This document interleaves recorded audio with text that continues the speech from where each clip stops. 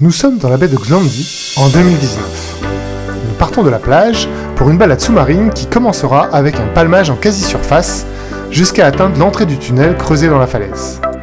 Ce tunnel de 70 mètres a une profondeur d'environ 10 mètres, ce qui rend cette plongée accessible dès les premiers niveaux de certification.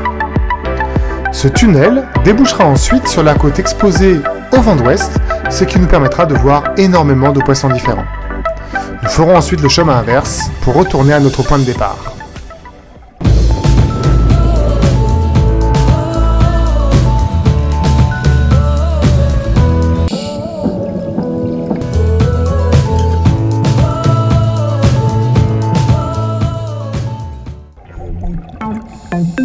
L'intérêt du passage aller est de voir les effets de lumière dus au soleil, qui est aligné à celui-ci toute la matinée.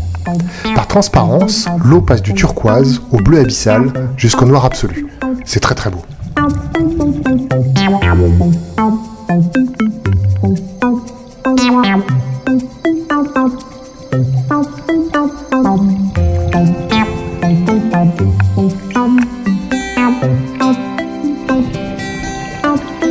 En sortie de tunnel, nous sommes toujours à faible profondeur. Il n'y a pas une faune abondante de prime abord. Cette plongée nécessitera de l'observation et de l'attention pour voir de belles choses. Et nous en verrons.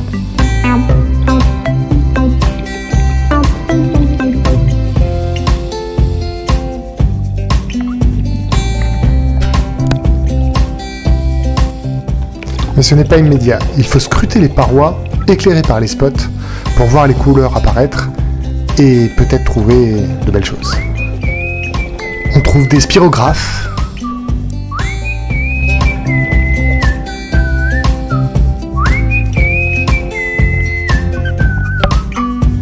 des oursins avec leurs longues épines qui bougent,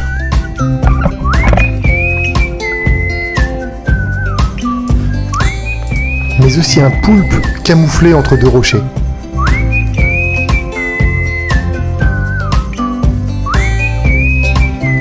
Il se met à ramper pour trouver une nouvelle cachette.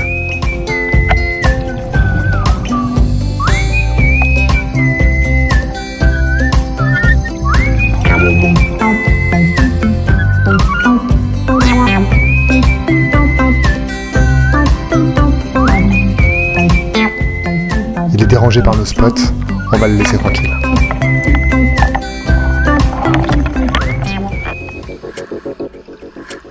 Avec Corinne, nous poursuivons notre balade le long du tombant. Un des plongeurs de la Palanquée nous montre quelque chose. Nous nous approchons. Il s'agit d'une acidie rouge. Un peu plus tard, quelques cérioles passent à toute vitesse. L'augmentation de la profondeur permet d'avoir beaucoup plus de poissons que juste en sortie de tunnel. D'ailleurs, sur le fond, on voit plein de poissons en train de brouter. Approchons-nous.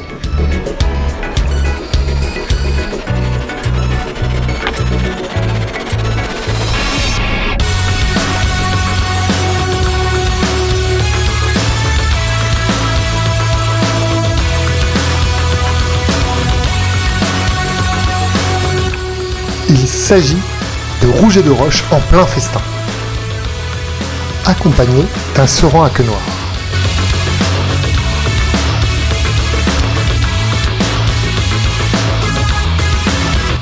Nous longeons dans l'autre sens le tombant. Il y a beaucoup de poissons en train de brouter. Nous découvrons alors une anémone à chapelet orange. On dirait une véritable fleur. C'est sublime.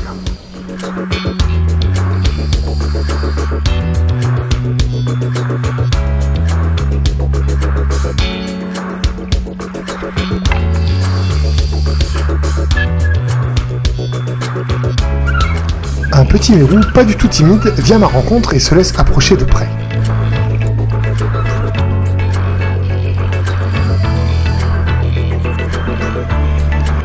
Celui-ci n'est vraiment pas gros car ils peuvent atteindre jusqu'à 1,50 m. J'en ai croisé un gros comme ça à Madère, ça fait un sacré bestiau.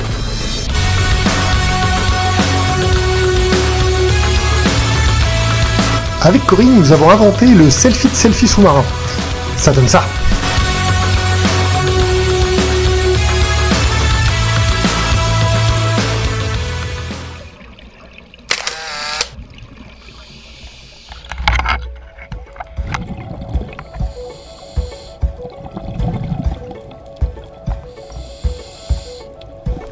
En revenant vers le tunnel, je vois la palanquée.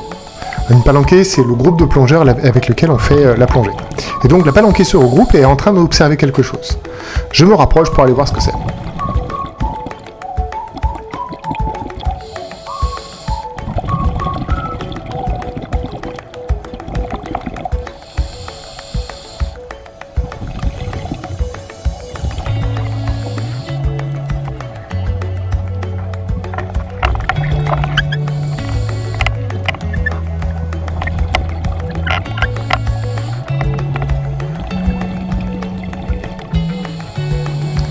Il a l'air de montrer quelque chose dans sa main.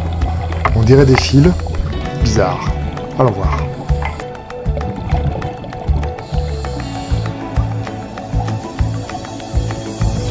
Il s'agit d'une ophure noire.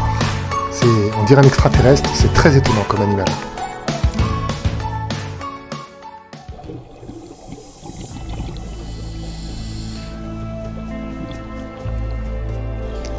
Nous pénétrons dans le tunnel pour déjà faire le chemin du retour.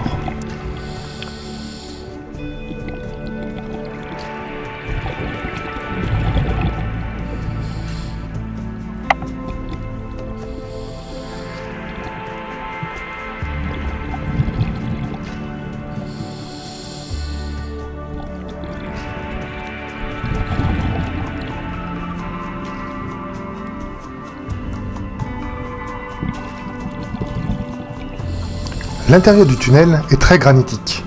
Les roches sont érodées par l'incessant mouvement des courants traversant le tunnel, créant des encoches dans la roche. Nous sommes à très faible profondeur, et ça fait un petit moment qu'on plonge déjà, donc les bouteilles ont commencé à se vider. Il s'agit là de remonter sans complètement sortir à la surface. C'est tout un exercice de stabilisation qu'il faut faire.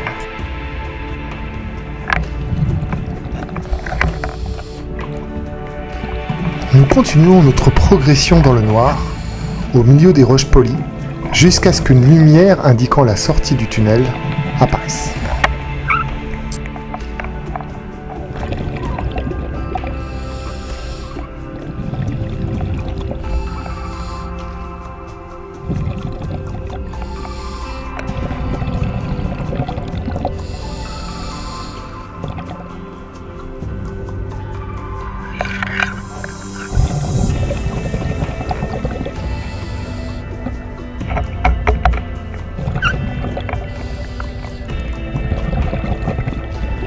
À cet endroit, le tunnel fait environ 3 mètres de haut pour 5 mètres de large, ce qui nous laisse largement d'espace pour avancer à plusieurs de front.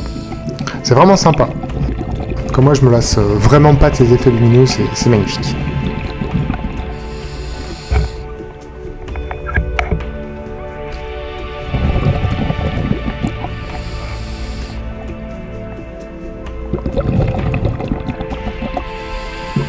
La sortie est un peu plus étroite, mais comme la lumière rentre, ça se fait très très bien. Et en tout cas, c'est vraiment très beau.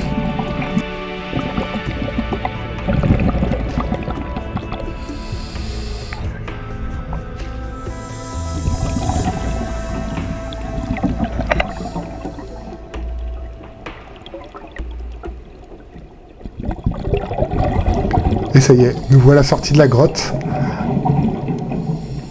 C'est très large. La lumière est là, c'est magnifique.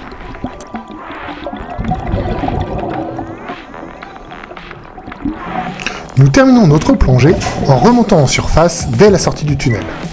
Nous rentrons ensuite jusqu'à la plage en nageant tranquillement. La plongée aura duré 1h15 avec une profondeur assez faible puisque nous n'avons pas été plus profond que 14 mètres. C'est un spot qui est très sympa car il y a beaucoup de choses à voir. Cependant, il faut être attentif et observer. Et alors, le plaisir est au rendez-vous. Le prochain et dernier épisode sur nos plongées à Malte sera Blue Hole, qui nous emmènera à 43 mètres de profondeur. En tout cas, j'espère que ces vidéos vous plaisent, et à bientôt!